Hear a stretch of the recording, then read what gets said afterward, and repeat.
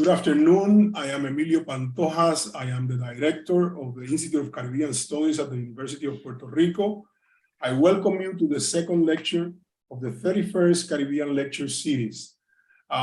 This is only the second, and we should have had 4, but because of the Hurricane Fiona and other complications with the weather, we have had to cancel the previous 2 lectures, and therefore today we are resuming our lecture series, and hopefully we'll catch up and finish the whole series by November. We're rescheduling other lectures that people were interested in listening to. Today, I have 2 very good friends, people that I have worked with. 13 years ago, we were just remembering, we published a book together. We all have contributions here, and Dr. Peter Clegg and I were the editors on governance in the non-independent Caribbean. And that's going to be the subject of today's 2 presentations and discussions. First, we have my friend, Professor Peter Clegg, who is Professor of Politics and Dean and Head of the School of Social Sciences at the University of West England in Bristol, the United Kingdom. He was formerly visiting research fellow at both KITLB Royal Netherlands Institute of Southeast Asian and Caribbean Studies at Leiden, the Netherlands, and the Sir Arthur Lewis Institute of Social and Economic Studies, SALICES, at the University of West Indies in Jamaica. His research interests focus on contemporary developments within the British Overseas Territories and the international political economy of the Commonwealth Caribbean. As our second speaker, we will have Dr. Carlyle Corbin. He is an international advisor on governance and founder and senior analyst of the Global Dependency Studies Project. He is former Minister of State for External Affairs of the U.S. Virgin Islands, former Secretary General of the Inter-Virgin Islands Council, and former Executive Secretary of the Council of Presidents of the United Nations General Assembly. He has served as an independent expert for the UN Decolonization Committee and the UN Development Program, the UNDP, and as advisor to the governments of Anguilla, Bermuda, Curacao, French Polynesia, and San Eustatius. He was UNDP expert on UN visiting missions to Bermuda and to the Turks and Caicos Islands, respectively. He was a member of the U.S. Virgin Islands Political Status Commission and international advisor to that territory's 5th Constitutional Convention. Dr. Corbin has served as visiting lecturer in Dependency Governance Studies at the University of Guam and was a member of the faculty of the University of the Virgin Islands Institute for Global Leaders. He is the architect of the Self-Governance Indicator diagnostic tool. Without any further ado, I leave you with Dr. Peter Clegg. Thank you very much, Emilio. It's really good to be here, as you say, amongst some old friends. And just before we were talking with Carlyle actually about a panel we did just over a decade ago about the corruption allegations in the Turks and Caicos Islands. So this is sort of returning to maybe some similar ground.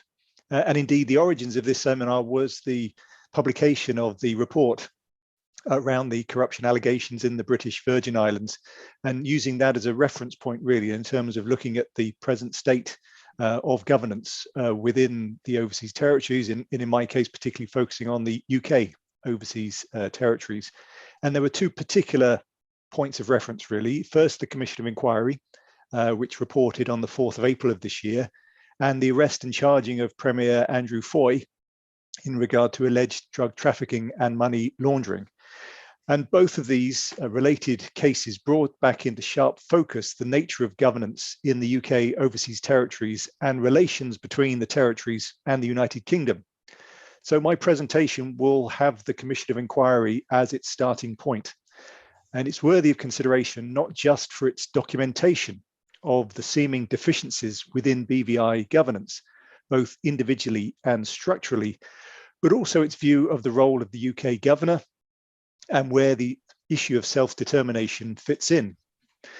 Then I'll consider more briefly the state of play in some of the other UK overseas territories, some of the broader influences impacting the territories and relations with the UK, including recent developments in UK politics, which I'm sure some of you have been following with some interest, and what the future might hold. What changes, if any, could be made across the board that could place the UK overseas territories and their relationship with the UK in a better place. But let us start firstly with the Commission of Inquiry report. Now, the Commission of Inquiry was established after a request was made by the outgoing governor, and it took about 12 months to complete its work. The final report, including appendices, is 937 pages long and covers a range of issues, including elected public officials' interests, the way in which assistance grants were distributed, how contracts were allocated, the disposal of Crown land, residence and belongership status, and more general governance issues and serious dishonesty in public office, which was found. And the report is undoubtedly a thorough and well-crafted report, which shines a very bright light on long-standing and widespread failings by the political class. The issues of concern and where responsibility lay in the mind of the author of the report and chair of the Commission, Sir Gary Hickinbottom, and there was no doubt that the issues of concern and where the responsibility lay was with the elected political class. And these are just a few quotes from the executive summary, which I think nicely provide an insight and a snapshot into his thoughts about what had gone on in the BVI. One quote: "The people of the BVI have been badly served in recent years, very badly indeed." Another: "Almost everywhere, the principles of good governance, such as openness, transparency, and even the rule of law are ignored. In many important areas of government, discretionary decisions are made by elected officials, usually ministers, on the basis of no criteria, or patently inadequate and/or unpublished criteria, or criteria which are as often as not simply ignored. They can and do make decisions which expend huge sums of public money and affect the lives of all those who live in the BVI as they wish, without applying any objective criteria, without giving any reasons, and without fearing any comeback." The Commission of Inquiry report also makes clear that elected officials were clearly aware of what they were doing. The Auditor General and the Director of the Internal Audit Department had highlighted on many occasions over many years many of the problems that were then revealed through this Commission of Inquiry. And often the observations and recommendations of the Auditor General and the Director of the Internal Audit Department were ignored. In terms of the Register of Interests, the Commission said that this was treated with disdain. All recent government ministries over different administrations had been afflicted by the issues highlighted in the report. The report said there were widespread parlous failings. There were deliberate attempts to avoid good governance. There was prevaricating over steps to make governance better, and a fear of discrimination or other forms of reprisal for speaking out were quite clear. So this sets out the tenet of the report very much so. But throughout the report, some of these issues were, of course, explored in more detail, and I'll just give you a snapshot of some of the issues that were highlighted in the report in a bit more detail. So in terms of the Register of Interests, this was systematically hopeless, so said the report, despite it being a constitutional requirement from 2000 that there should be a robust and full register of interests. In terms of assistance grants, these, the report said, are distributed in a legally arbitrary and unlawful manner with systemic deficiencies over a long time, certainly more than a decade. In terms of contracts, the principles of governance were almost entirely ignored. One example, which was dealt with in some detail, was the Elmore Stout High School perimeter wall project to try and improve security in and around the school. The report said this was extraordinary.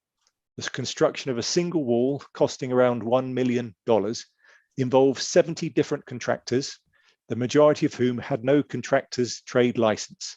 The report said this is truly mind-boggling. In terms of statutory boards, which should be independent in terms of how they undertake their work, the report said independence has been severely and at times cynically and with apparent disdain eroded. In terms of Crown land, the disposal in some cases was inexplicable. There was serious dishonesty which may have taken place. And in terms of belongerships, which is in essence a local citizenship with voting rights, residency, and certain privileges around the acquisition of land, including Crown land and employment. Here, the report said there was unlawful change in policy, including because it was not published, and the Cabinet is willing to act outside the statutory criteria. And finally, there was a chapter on the more general issues of governance and alleged serious dishonesty in public office. Here, the report says governance is at very best very poor. The key principles and procedures were shunned, ignored, or bypassed. Successive BVI governments have failed to support the BVI institutions that are designed to maintain good governance and failed to provide sufficient resources to allow them to do their work. There were gross failures of government. Good governance is shunned by elected officials as an unwelcome stranger. And please forgive me for rather laboring the point in terms of some of the observations in the report, but I think it's important to stress it wasn't about individuals. It wasn't about public officials perhaps misunderstanding what was allowed or not allowed. I think the report made great effort to try and emphasize the widespread and systematic failings which were present or allegedly present within the context of the BVI body politique. And this is very important in terms of what would come next in terms of trying to address these issues going forward. Now, underneath the headlines of the Commission of Inquiry, there are some really interesting perspectives and observations which identify some of the challenges when it comes to good governance in small territories. The first was the issue of accountability within the Parliament. So there is the House of Assembly. There is no second chamber in the BVI. Indeed, only Bermuda has a second chamber within the Caribbean and the West Atlantic territories. And of course, often the governing party has a significant majority, and that's certainly been the case within the context of the BVI. And so you have government ministers often making up the majority in the House. So there's a real issue here in terms of small populations with a small number of representatives in their parliament, allowing that parliament to be an effective accountability for what's going on within government when government ministers have the dominant role in that organization, in that parliament. The second issue is the role of the Attorney General, and this is somewhat specific actually to the UK system, which is also in place in the BVI. So this is a strange hybrid role in many respects within the UK and BVI's constitutional and political framework. The Attorney General is the principal legal advisor. It has a duty to ensure that as far as possible, the operations of government are conducted lawfully and constitutionally, and to uphold good governance. So there's a clear mandate in terms of the Attorney General, in terms of trying to maintain the standards of good governance within the British Virgin Islands. But the challenge comes in part because the Attorney General is also a political appointment and sits within the Cabinet, although it doesn't have voting rights. And the Attorney General in the BVI was appointed by the elected ministers to represent them actually within the Commission of Inquiry. So there are clear inherent tensions, not just in the system more generally in relation to the Attorney General role, but in terms of the role that the Attorney General played within the Commission of Inquiry. And the Attorney General was indeed strongly criticised in the report for doing the government's bidding on several occasions. And there was one example where the Attorney General was considering whether to prosecute the former Registrar of Interests for trying to get ministers to make declarations of interest. And the Commission of Inquiry report said this was unforgivable. The third issue, there was a strong view within the report that the local politicians were solely responsible for what had taken place. And the report dismissed criticisms, for example, of public servants made by ministers. So one of the significant arguments made by many of the ministers in the Commission of Inquiry would actually, it was the failings of the public service and individual public servants for not having the capacity and the attributes to undertake the role that they should be taking. But in the end, the report felt there was no real standing for those arguments, and the focus was on the behavior of the elected political officials. And a fourth point, and a related point, the report was very clear and firm in terms of the responsibility and thus the accountability of local ministers, that the elected government is responsible for policy and funding, and not the United Kingdom. The Commission of Inquiry report made this clear on a number of occasions in relation to the public service, as we just mentioned, the awarding of contracts, and the allocation of Crown land. On each and every occasion, the Commission of Inquiry report said it was the responsibility of the local political class rather than the United Kingdom to ensure these aspects of governance were undertaken correctly. In their evidence, ministers attempted to lay the blame for certain failings on the governor, but all of these were rejected by the Commission of Inquiry. And it's really interesting, whether you agree with those findings or not, it's really interesting that it's one of the clearest articulations, really, I have seen of what the local government is responsible for. And it does put a lot of weight on locally elected officials. Now, conversely, the Commission of Inquiry was sympathetic to the arguments that successive governors did their best to encourage local ministers to adhere to higher standards of governance through persuasion, or the commissioning, for example, of reports to highlight weaknesses and to use those to encourage change. There was also recognition that governors erred on the side of caution in using their constitutional powers to intervene more strongly. And this was an approach and position supported by the Commission of Inquiry report. They talked about, these extraordinary powers that governors have, the power of last resort. But there was a sense that using them would be inconsistent with the need to respect the elected government's devolved powers. So again, you might not agree with the tenor of this report, but there was a strong focus that actually the United Kingdom was very reluctant through the governor to use its powers, and really erred on the side of caution when in fact possibly they might have been a bit more proactive in getting involved in certain matters. And in the final substantive chapter, the Commission of Inquiry report evaluated a series of examples where local politicians had accused the governor of interfering unnecessarily and sometimes illegally in matters. On none of the matters raised did the Commission of Inquiry uphold the criticisms. And finally, before moving on away from the report, the Commission of Inquiry did discuss the issue of self-determination, which of course is so vital and an integral part of the British Virgin Islands and indeed all the other territories. The Commission report firstly dismissed the idea the UK had a colonialist mindset. In the Commission of Inquiry's view, there was no evidence to suggest that the UK was acting or wanted to act in such a colonial way. Secondly, it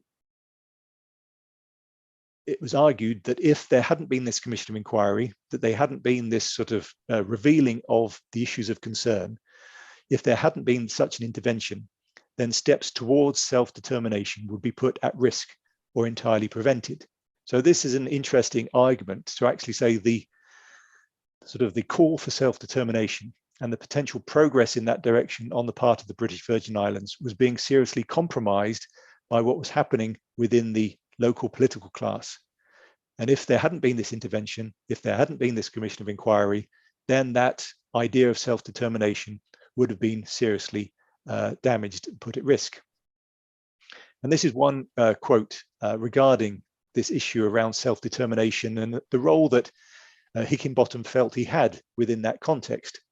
He said, "Let there be no doubt, I have not recommended suspension of part of the Constitution, which was his final recommendation to deal with some of these issues. I've not recommended this course of action to frustrate the hopes and wishes of the people of the BVI, but rather to enable them to fulfill those very aspirations. You went on, the Commission of Inquiry was established for the welfare of the people of the BVI. Now, you may well argue that's a rather sort of paternalistic attitude to hold, but it's interesting he felt that actually in order to facilitate that move towards greater self-determination, the addressing of these issues had to be done, and he felt the Commission of Inquiry was an important way of doing this. And Hickinbottom felt that the issues were so broad and deep that the only recourse was partial suspension of the Constitution and direct rule by the governor. And I think most people probably expected that to happen, certainly looking back at the situation within the Turks and Caicos Islands over a decade ago, where there was direct rule for a couple of years to allow for issues to be dealt with and for a new constitution to be written. But I think, just concluding here, the link made between self-determination and the role of the Commission of Inquiry is an interesting one for the way in which that issue was considered.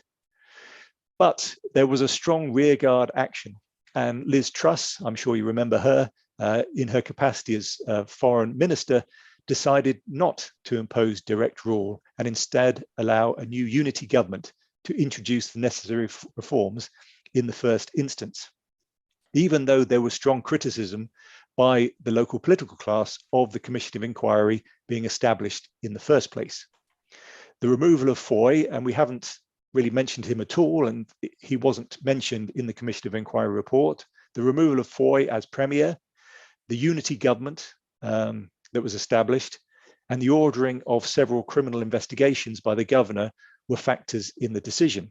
And it will be interesting to perhaps hear what Carlisle has to say, because he also did a bit of work in relation to the British Virgin Islands at around this time, and maybe that also had a contributing factor to the UK's decision not to move towards direct rule.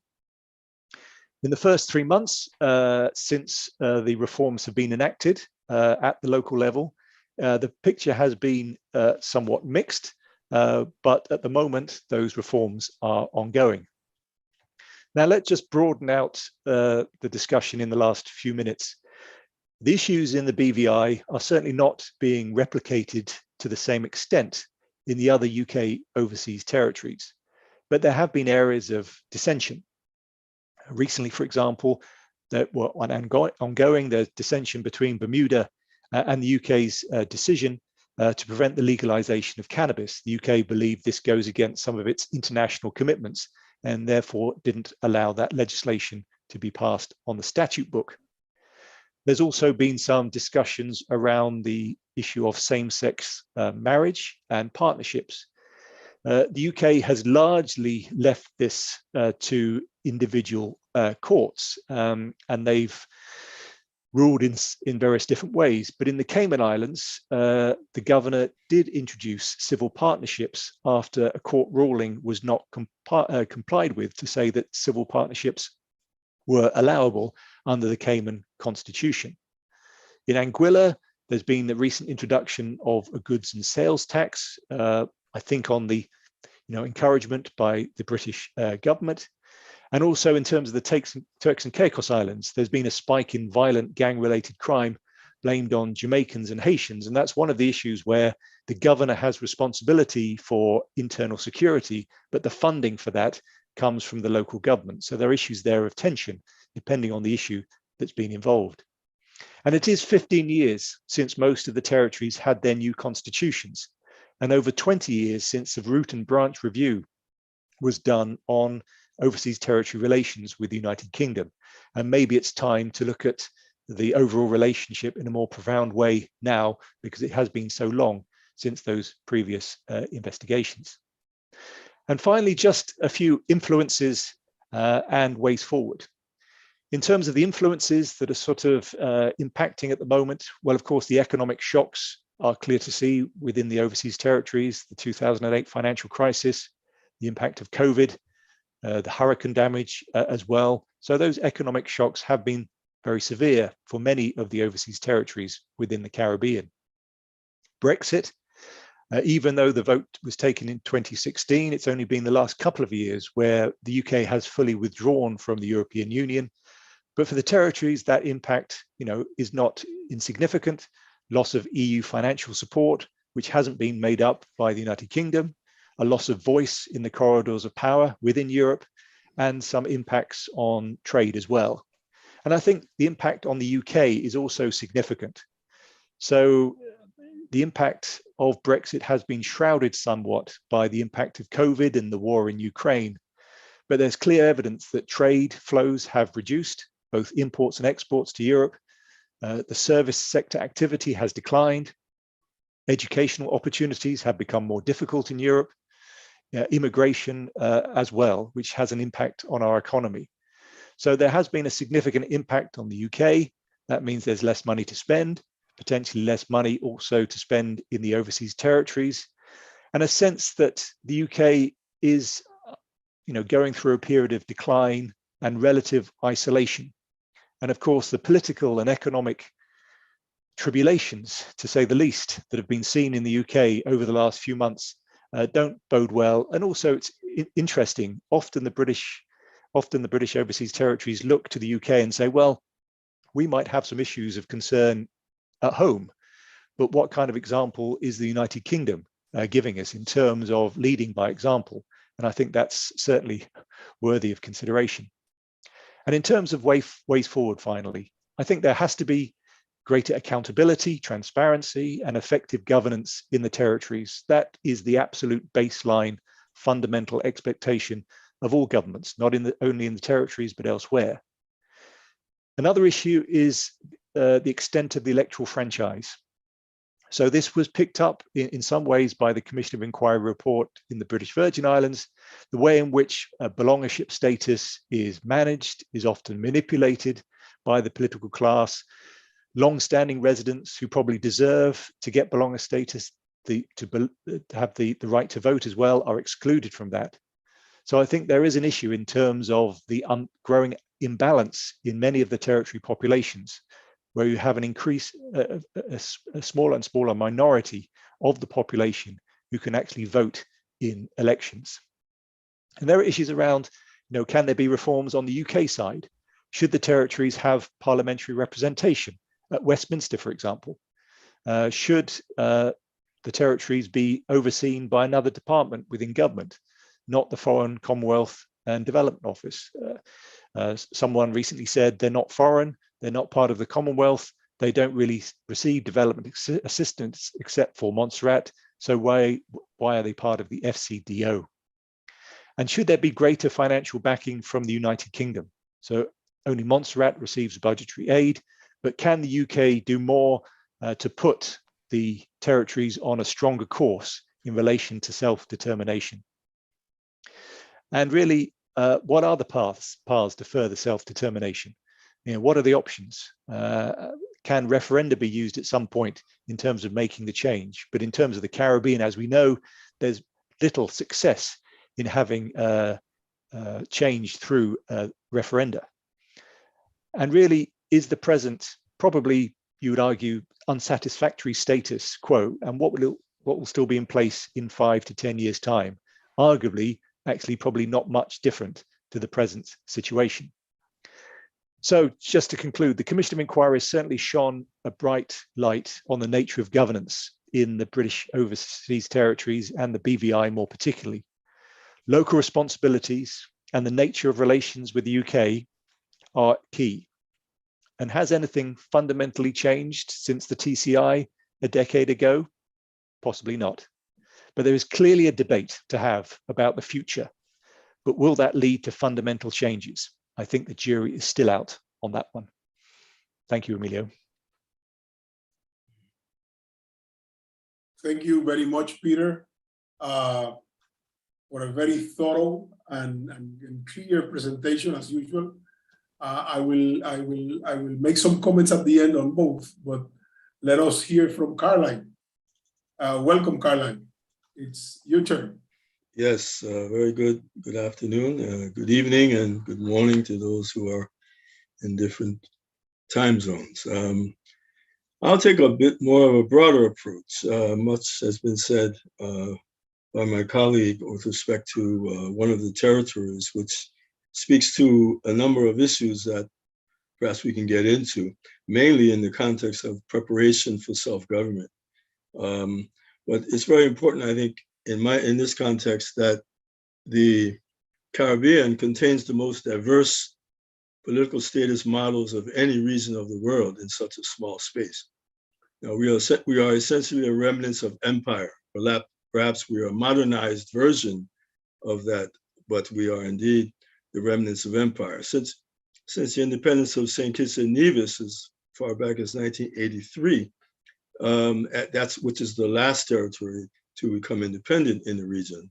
And Timor-Leste in the Pacific in 2002, there remain some 17 non-self-governing territories in the world, those which are formally listed. And of course, there are those who are not formally listed, such as Puerto Rico, many of the Dutch territories in the Caribbean, as well as a number in the Pacific region as well. Now, what has occurred as a result of this stagnation period has actually developed within the framework of 4 successive international decades for the eradication of colonialism and concomitant plans of action, which were first adopted actually beginning in 1990. Now, both regions, Caribbean and Pacific, also have further dependency governance models, not just the non-self-governing territory model or the British Overseas Territories model, which was referred to, but there are many models just within the Caribbean that are particularly interesting, and they range from partial autonomy. So in the case of the St. Martin, Curacao, Aruba, which are the Dutch autonomous countries, and then you have the French collectivité model, which exists in St. Bart's, as well as French St. Martin. And you have, of course, the US model of Commonwealth, which is projected as autonomy, certainly partial autonomy, and perhaps should be considered non-self-governing and under UN review. There's also the model of partial integration in the region, which is the Netherlands, and they have annexed the smaller islands of Bonaire, Saba, and St. Eustatius. Now, the principal administering power in the Caribbean, there are several, obviously, are the United Kingdom with 6, the United States with 2, the Netherlands with 6, and France with several. You have a variety of arrangements with various forms of administrative autonomy exercised through varying degrees of delegated power to the elected non-self-governing territory government. I think it's important to make a differentiation here between delegated power and devolved power. And delegated power is essentially that which is lent to the elected government, which can be reversed. And I think the reference was made to the Turks and Caicos Islands, where the constitutional order was suspended, and effectively abolishing elected government, which is the indication that, in fact, it was not something that was devolved, which is considered more immediate and certainly irreversible. But delegated power is clearly what exists in terms of these territories throughout our region and in many cases in the Pacific as well.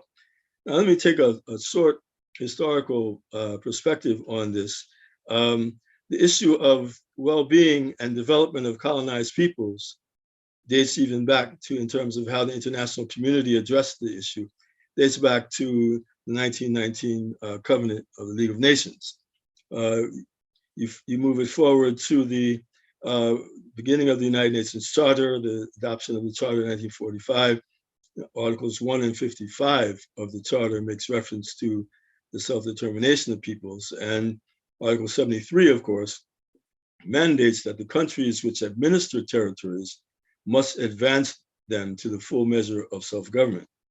Now, the UN, of course, at the time, did not have a particular definition of what constituted the full measure of self-government. So the work began at that time in terms of trying to codify those that particular law with respect to international law in the context of the development of the full measure.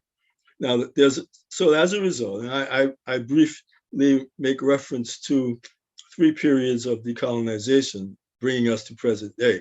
The first period is between 1946 and 1960, is considered the decolonization engagement period.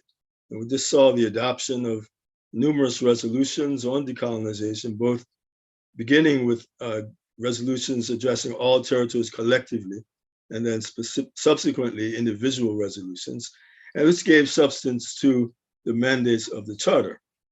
And this included some of the earliest attempts to define what actually constituted full self-government within the meaning of the Charter.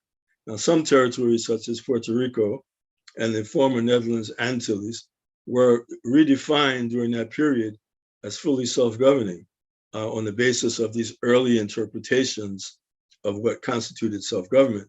And they were ultimately, as a result of that, removed from the United Nations list of non-self-governing territories. Although if those territories were reviewed today, that might not necessarily have happened. This brings the period to 1960, which is the second decolonization period, what's referred to as a decolonization acceleration period between 1960 and 1990. And in 1960, the 2 landmark resolutions were adopted: the Decolonization Declaration, Resolution 1514, and also its companion resolution 1541.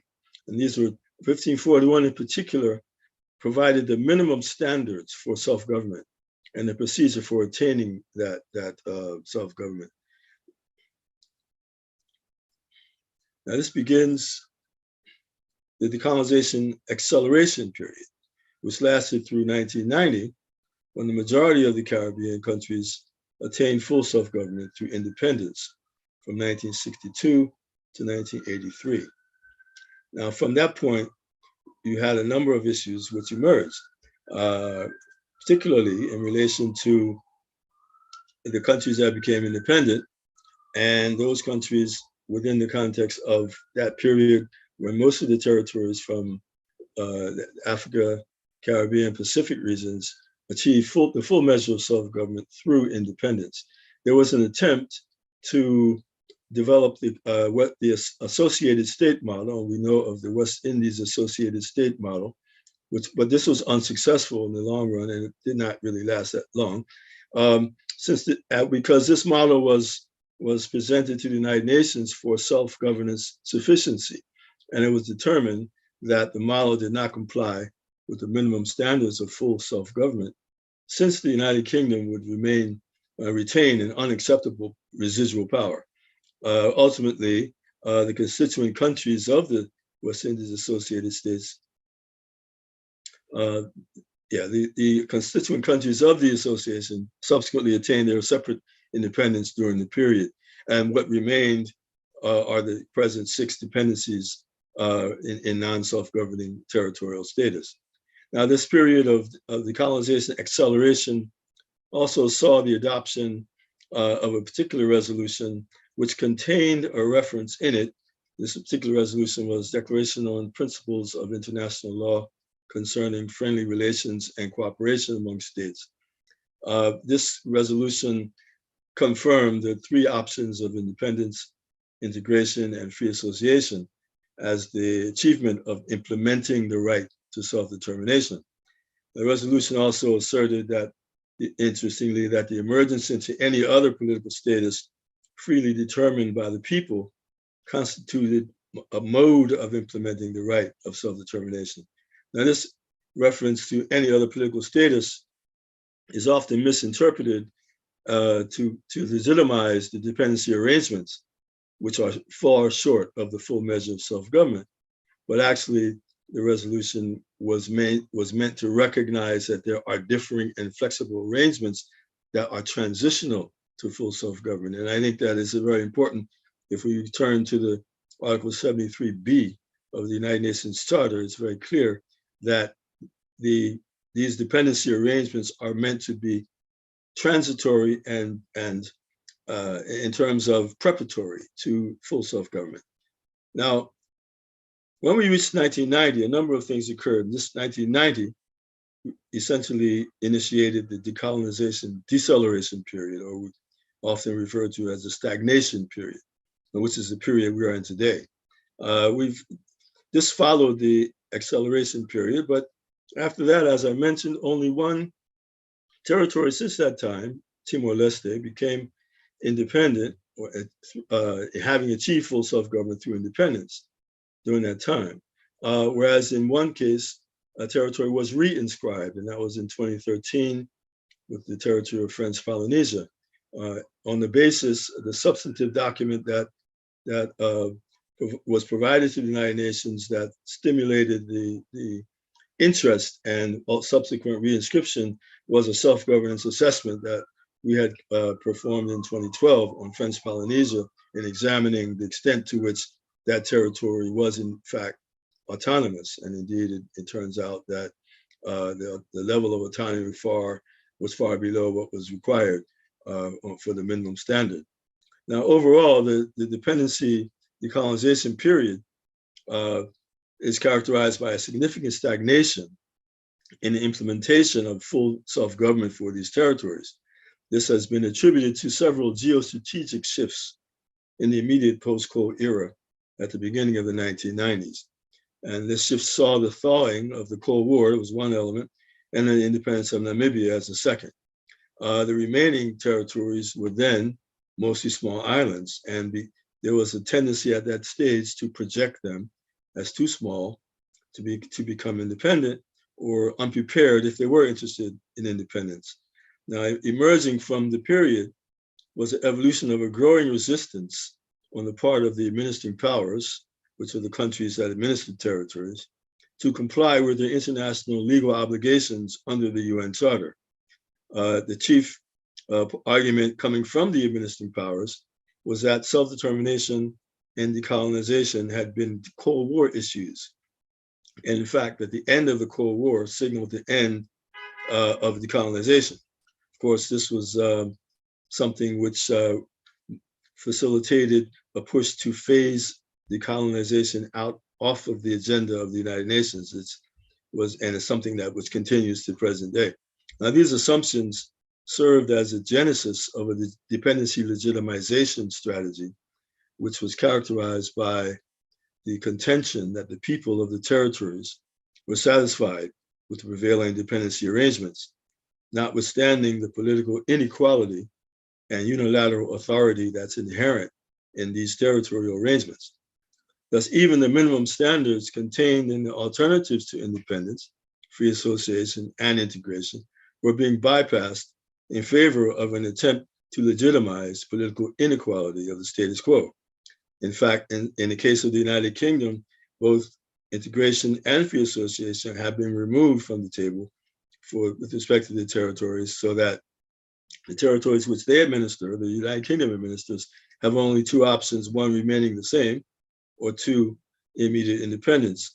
Free association is removed, integration is removed, so you're narrowed the scope, narrowed the interest, and this has placed territories in a particularly difficult position at this time. Now, the period also found the withdrawal of the formal cooperation of both the United Kingdom and the United States from cooperating with the United Nations Special Committee on Decolonization. And the mantra is to continually denigrate the committee, and that has happened up to just a few weeks ago at the United Nations Fourth Committee, where the continual denigration of the committee and with respect to its work. Now, a major result of all this was a transition from active encouragement of decolonization to an encouragement to legitimize current dependency arrangements. This is a dilemma faced by the territories in particular today, whilst the UN is facing its own decolonization fatigue by essentially going through the motions of adopting decolonization resolutions without regard for their implementation. Meanwhile, this misdirect away from genuine decolonization and is being replaced by the legitimization of a colonial reform. So we speak of modernization, dependency modernization, but the power relationship between the territory and the administering power remains the same. So in the case of the British territories, for example, the nomenclature has changed. So there's now from chief minister to premier. They went from House of Legislative Council to House of Assembly, and other issues, and other further internal delegation of power. But once again, that delegation is certainly reversible. Now, if we look at the other territories, and particularly in the Dutch territories, who don't get a lot of attention, mainly because they're not on the United Nations list, but yet at the same time, they are examples of democratic deficiency within the framework of what they are projected to be. So if you look at Aruba, Curacao, and St. Martin, you will find that there are particular provisions in the charter of the Kingdom of the Netherlands that provide for the kingdom to have the overall authority with respect to good governance, which is of course a very general term, which anything can be applied. It can be applied to most anything in relation to the governance of the territory. As a result, the relationship has been continuously eroded. The autonomy has been continuously eroded as a result of this application of the good governance provision. Whether or not it has to do with good governance or not is another factor. This has much to do with the reverse delegation of power in regards to the autonomy, which was achieved in 2010 when the country separated. The 5 islands at that time all split, and they all had different arrangements. 2 main arrangements, of course, one being what we refer to as the semi-autonomy, and also the other 2 arrangements which are inherent in Bonaire, Saba, and St. Eustatius, which are arrangements of partial integration. So they are not fully integrated. People do not have full political, economic, and social rights within the country that they were annexed by, which is the country of Holland, but yet they are still projected as being integrated. And all of this takes place under the radar screen, if you will, of the United Nations, because the territories are not on the list. Now, one territory, and particularly the civil society of that territory of Bonaire, is seeking to be reinscribed on the United Nations list because, in fact, irrespective of their referendum, which rejected the current status, the Kingdom of the Netherlands went ahead to annex them and place them under the one country, not under the geographically closest country, which would have been Curacao, but rather to place them, or in fact St. Martin, but to place them under Holland, the country in Europe. Now, you will find that this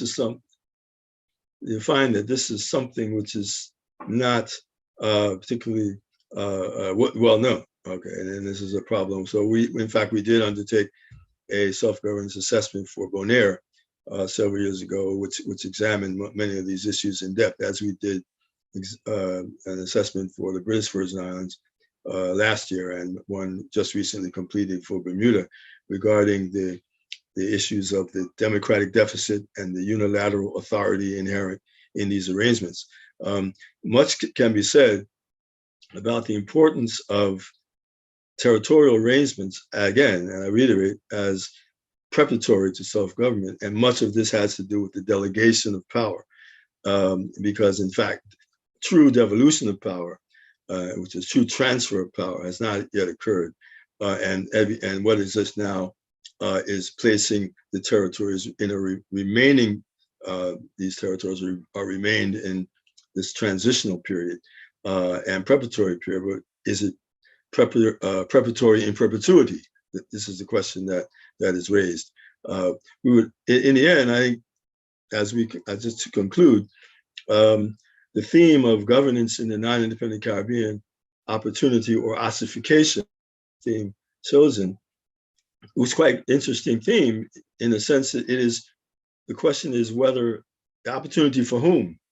Is it opportunity for the people of the territory, or is it opportunity for those, for example, in all of the people who live in the territory. In the case of New Caledonia, for example, that issue comes to mind, where now there's a push to allow a broader electorate to determine the future status of the country. So these are issues that I believe are subject and could be certainly subject to our further discussion. And I hit 20 minutes, so I thank you.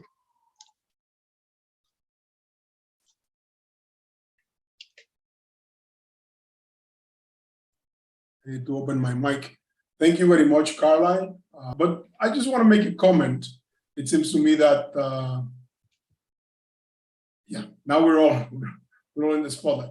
I just, listening to you, I come away with ossification from Carlisle, but I also come away with a very interesting issue from Peter's presentation. What is the root cause of corruption? Public corruption in all territories is an ongoing thing. It happens in the Virgin Islands, it happens in Puerto Rico, it happens in the British territories. So that is something to be discussed. That is something to be pondered beyond what has happened. Also, the reluctance of the mother countries or the metropolis to intervene directly. I mean, in the case of Puerto Rico, they appointed the board, the Junta de Control Fiscal, the Fiscal Control Board, and in the case of the British territories, they talk about they created a commission. There is no direct intervention. There is a reluctance of direct intervention. And in fact, there has been some calls in Puerto Rico for direct intervention, the federalization, they call it, of the oversight on public corruption. So these are issues there to keep in mind in the discussion. I would like to open now the discussion. We have Carlosia Scott and Lloyd Narin, as well as two of my colleagues from the Institute. I will definitely want to for you to participate, but we will open the mics if you want to participate. Do we have any questions or any comments from the public? Can you raise your hand?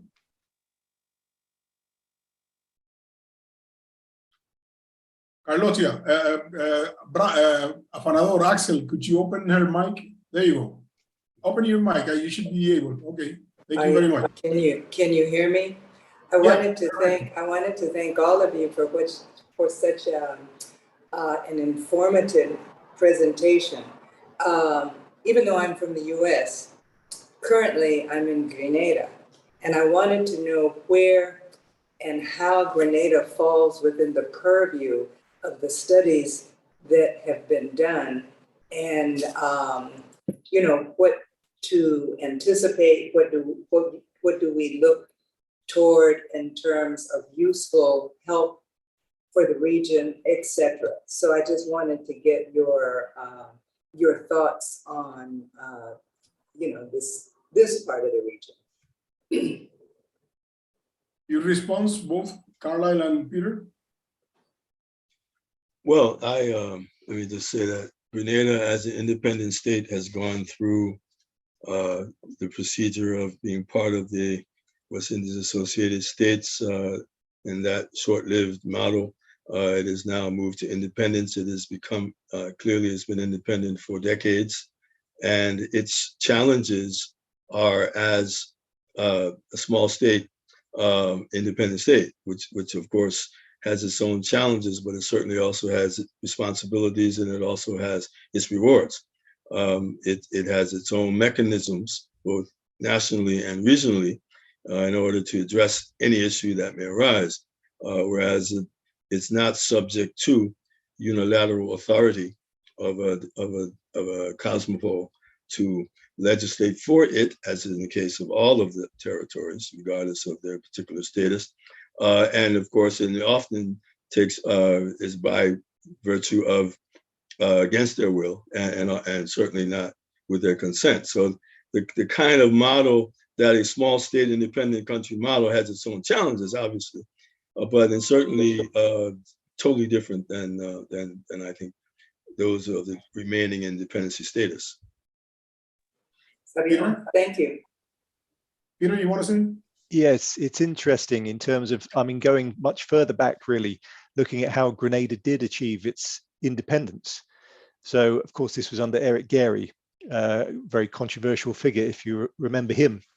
So the idea that after associated statehood, which was achieved, I think, in 1967, then at some point independence was achieved, and for Grenada, that was 1974. But there was a lot of controversy around the process by which independence was achieved. So initially, the British said you'd have to have a referendum on the issue. And then after some back and forth, the decision have it after an election. So you campaign very clearly on the move towards independence. Gairy didn't do that either. But ultimately, the British said, okay, that's fine. You can move ahead. And of course, that culminated 5 years later in the revolution of 1979. So in terms of how perhaps not to go about things, maybe Grenada, much more historically, is a good example. But also Grenada's attempt over in the last 10 to 15 years to undertake constitutional reform through a referendum. And as in some of the other cases like St. Vincent, where attempts were made to reform the constitution, change the electoral system, change the way in which the parliamentary system operated to an extent, none of that was voted in favor. So, colleagues have said that the Caribbean is sort of the graveyard for referenda in terms of making any change through that route.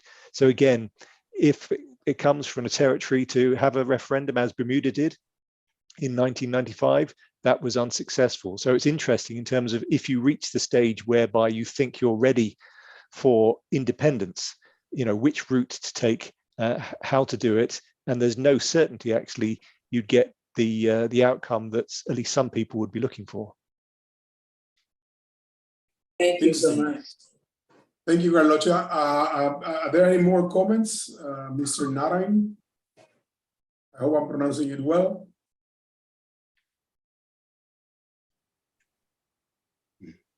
I remember I was in 1987 in Dominica, and I remember interviewing Michael Douglas, who was the head of the Labour Party. And he told me that basically independence was imposed on Dominica by the British government. That thinking in retrospective, that was not a good decision for anyone.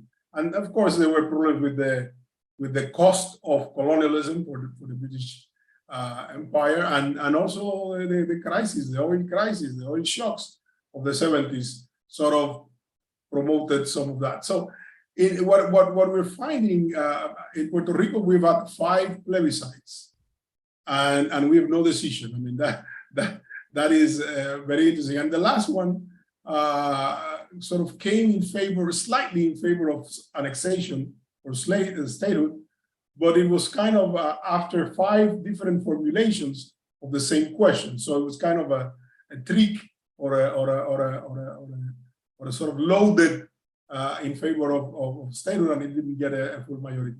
So the issue of governance is complex, not only in terms of self-determination, but in terms of what do people expect the metropolis to do. They believe that they are somehow shielded, that there is a protection, which is why independence is viewed as not a totally desirable alternative. On the other hand, there is a will for self-government, and that tension there is what it conspires against referendum. Go ahead. Now, it's interesting on that issue, Emilio, and what Carlyle was saying in terms of the sort of devolution versus delegation, and the point where you reach the stage where actually independence can be achieved. So it was interesting. Carlyle was sort of looking at the high levels, and I was sort of looking more in terms of the grass, really. But I think those two things have to come together in order for something to be successful. So maybe a question for Carlisle, how do you see sort of the building blocks being achieved towards independence? So do those institutional legal aspects, are they required to sort of coalesce with the grassroots changes? So from the UK's point of view, they would be very concerned and reluctant to provide greater autonomy, for example, to the British Virgin Islands, when they know that the local system of governance is not up to scratch. So they talk about contingent liability. So if anything really goes wrong, does the UK have the mechanism to intervene? So it'll be interesting to get your insights, Carlisle, in terms of how those different elements fit together and whether one aspect comes before the next. Yeah, a couple of points. I think that the issue of referenda is very, very amusing. You made the point that it's a graveyard in the Caribbean. At the same time that it is a graveyard, I recall the British government making it a requirement for territories to move from territorial status to something else, particularly independence, that it cannot come through the traditional method of a political party, which comes to power with independence in its platform. If that party won the election, then it is assumed that the people won independence. But the British have taken a different position now, that it has to be by virtue of referendum or preferable position. And then you refer to it as a graveyard. So I'm saying, oh my God. Okay. But the other thing, I think you mentioned, I think the challenge, there are clear challenges. You mentioned contingent liabilities. I think that was one of the key references to the importance of declining the issue of free association or the option of free association. And the British removed that from the table, indicating partly because of the concerns of contingent liabilities. And I would argue, and have argued, that any model of governance that requires contingent liabilities of one party over the other is not true free association. It's something else. The model of free association does not include contingent liabilities. You're talking about two states that have a relationship with one another. Now, apparently that's not something which would be considered, but that doesn't mean that it can't be, for example, considered between any of the territories and another country altogether. I mean, the idea of maintaining a dependency relationship and modernizing it is really where we get to the point of ossification, or what Tony Thorndike once referred to as fossilization. We're concerned at the same time, as the argument comes out of the Foreign Affairs Committee in London, that there should be open up the voting rolls for persons who migrate from the UK, at the same time as providing for some degree of representation in the House of Commons. Now, the two things were not seen as a package, but rather in fact, that's the quid pro quo. But the idea is that territories, because of the small populations, will certainly lose the control of their country, and therein lies the ossification. But I guess just coming back to you briefly on that one, the issue is about the level of trust and confidence between the two parties in terms of having a common way forward. So it's arguable that at the moment there isn't that deep-seated trust and respect to allow a joint move towards a new status. So it goes back to the issue of almost like a chicken and egg. Do you set everything up at the high level in readiness for things to go through? But what happens if something badly goes wrong at the local level, which poses a risk? So it's interesting, as I said, in relation to the Commission of Inquiry report on the BVI, that there was this sense, and you might say that this is, again, as I said, rather sort of paternalistic, that this Commission of Inquiry is for the good of the territory in terms of its future path towards self-determination, because the local political class have not basically treated the local population well. They've dealt them with an injustice. and they're not in a position necessarily to correct the mistakes themselves. Therefore, you need the UK to intervene, which of course rather goes against the idea of self-determination. But there is that issue, Carlisle, and you know, you've looked at the BVI probably more closely than most. So what was the Commission of Inquiry report a surprise to you in terms of what it found, and how did that sort of link into the work that you've done in the territory as well? Yes, our assessment in BVI was unrelated to the Commission of Inquiry, which was examining something totally different. What I find, however, in terms of the mechanics of it, is that it is a reflection of a unilateral approach to addressing, looking and examining in depth a territory under whose administration it belongs. Now, the idea that the territory is supposed to be in its preparatory phase and in its transitional phase, then if there is an issue internally, it speaks a lot to the failure of the administering country to prepare the territory for that. Unless one would determine that the people, some would perhaps think this, that the people are not capable of doing that, which of course is not in any way anything I would argue. But certainly the idea that the preparatory phase does not end in the modernized dependency status. The preparatory phase must continue if, in fact, as we know, the current COI, Commission of Inquiry report, has now been, has recommendations. Recommendations have been agreed by the government, the current government of national unity, and the British government, and now there's a move forward to address each of those issues. And what will emerge from there could very well be in furtherance of the preparation that is necessary moving forward. But at the same time, one cannot, self-determination is a fundamental human right. So, you know, cannot be addressed and at the same time postpone self-determination. I think these things have to coincide. And at the same time, as we're aware, there's a constitutional review underway in the British Virgin Islands.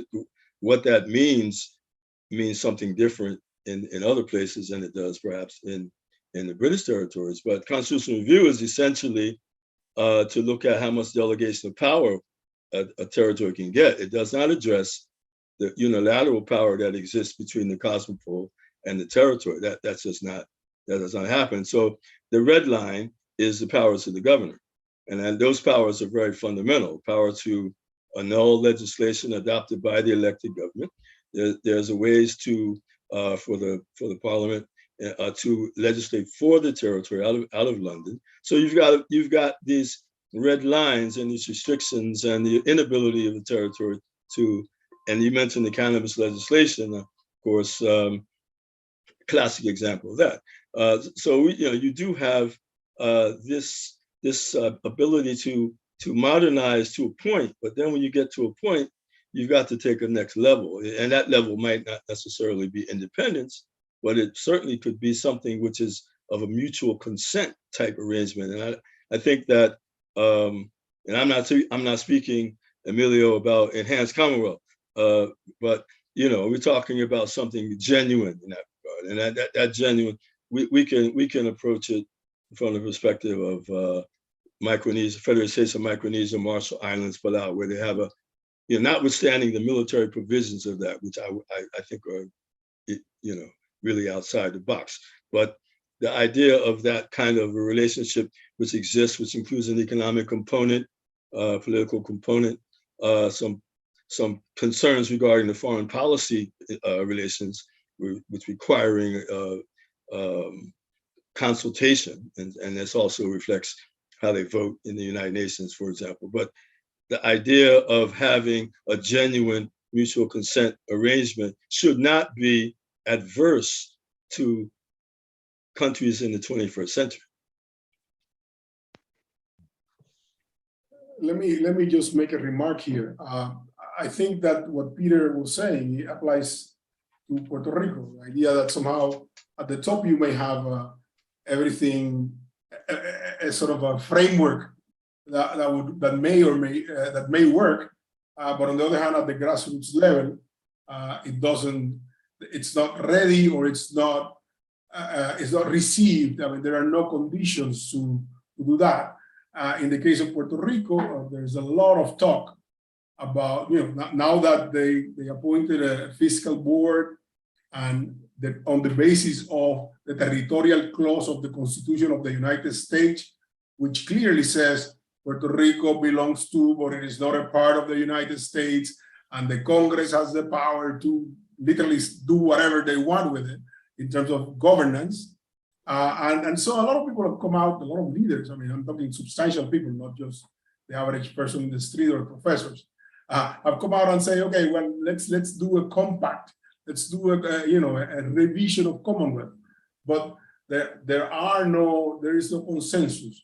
They are talking now about, in fact, today I was talking to a colleague about the possibility of creating an alliance for self-determination.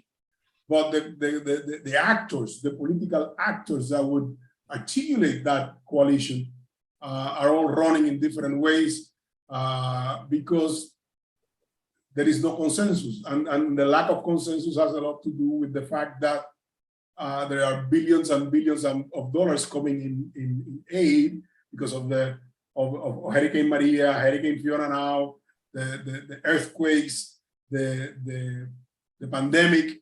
In fact, Puerto Rico became one of the most vaccinated jurisdictions in the world because we were a colony of the United States. And so there are advantages of being a colony of the United States. And so that creates an ambivalence. I don't know if it is the same in the British territories, but in case of Puerto Rico, the billions of dollars in assistance and the fact that we are born citizens, we may be second-class citizens, but we carry a US passport, have a lot of weight in this negotiation of what is a compact of self-governance, no? And the issue of citizenship and the issue of federal aid are crucial obstacles to any movement towards autonomy. So that is an interesting contradiction. Yeah, I think it's the same. So, the COVID vaccinations went across all of the British overseas territories, even St. Helena, Tristan, and Pitcairn. So that was a sort of a symbolic representation of the British family, really, in a sort of a crude sense, but in terms of what that was possible. But it's an interesting point that Carlyle makes about in essence, is about agency as well. So the fact that in the BVI, they're now taking a different approach to try and address some of these underlying issues in a sort of a collective way, giving responsibility to the ministers, to the unity government. If that's a success, in essence, that will be the first time, really, at least within the context of British overseas territories, where such a radical, deep-rooted, fundamental reform of governance has been a success driven by the local politicians. So in essence, it's a really interesting test to see whether that is successful. Of course, the British government has in the background, and it's passed that through legislation, that they can impose direct rule at any point. So there is that sort of shadow over the entire process. But nevertheless, if that's successful, that will be the first time, in the two occasions in the Turks and Caicos Islands, it was both direct rule, slightly different approaches. But if this was a success, I think it would be very effective. But the idea of these allegations of corruption have been in and around the BVI for 20 years. So it's an interesting argument. What could the British government have done differently to address those issues or speed up a better development of governance standards in that 2 decades? But that probably would require greater levels of intervention, which then goes against the idea of self-determination. So it is that chicken and egg idea in terms of, should the UK take the lead? But if it does, it will probably be criticised for doing so, and certainly the local politicians would criticise that approach to be taken. But if the UK needs to provide some further advice, further guidance and support to allow the territory governance to reach a certain level, it's tricky. So there's no way forward. And indeed, looking at sort of options or alternatives, I think, you know, the French model is pretty much committed to. The Dutch model, yes, has had some change over the last decade, but not so fundamentally. The US, Puerto Rico, as you talked about, Emilio, there's not a clear way forward. And I think that's the case in the British overseas territories. History, legacy, what we've come to this place in terms of the change that's been made, have sort of almost locked us into a particular path, which is very difficult to break out of, in part because there's no consensus about what else could take its place.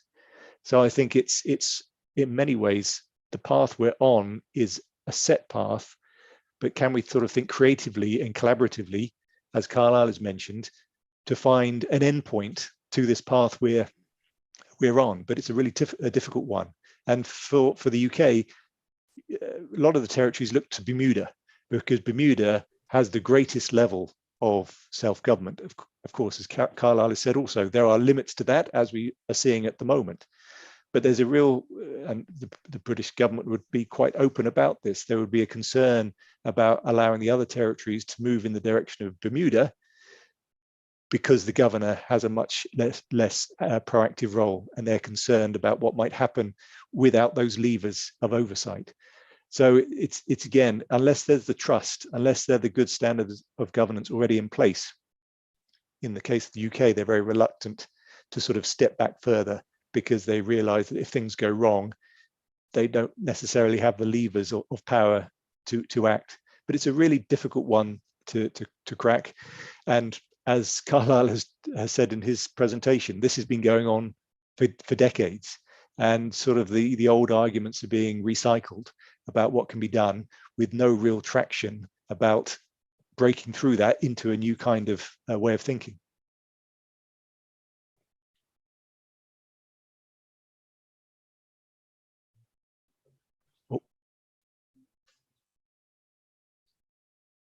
Let me open my mic. Any more questions or comments from the audience? Any more? Well, I think we've had a very productive session, and it has suggested a sort of another summit, another seminar for the future between all the non-independent territories of the Caribbean, British, Americans, Dutch, and French. So let's hope we can get together and organize something. I thank you very much. It has been a pleasure to see you again. It's been a long time. Let's not wait for long. I mean, let's do something on the next CSA, or somehow amongst ourselves.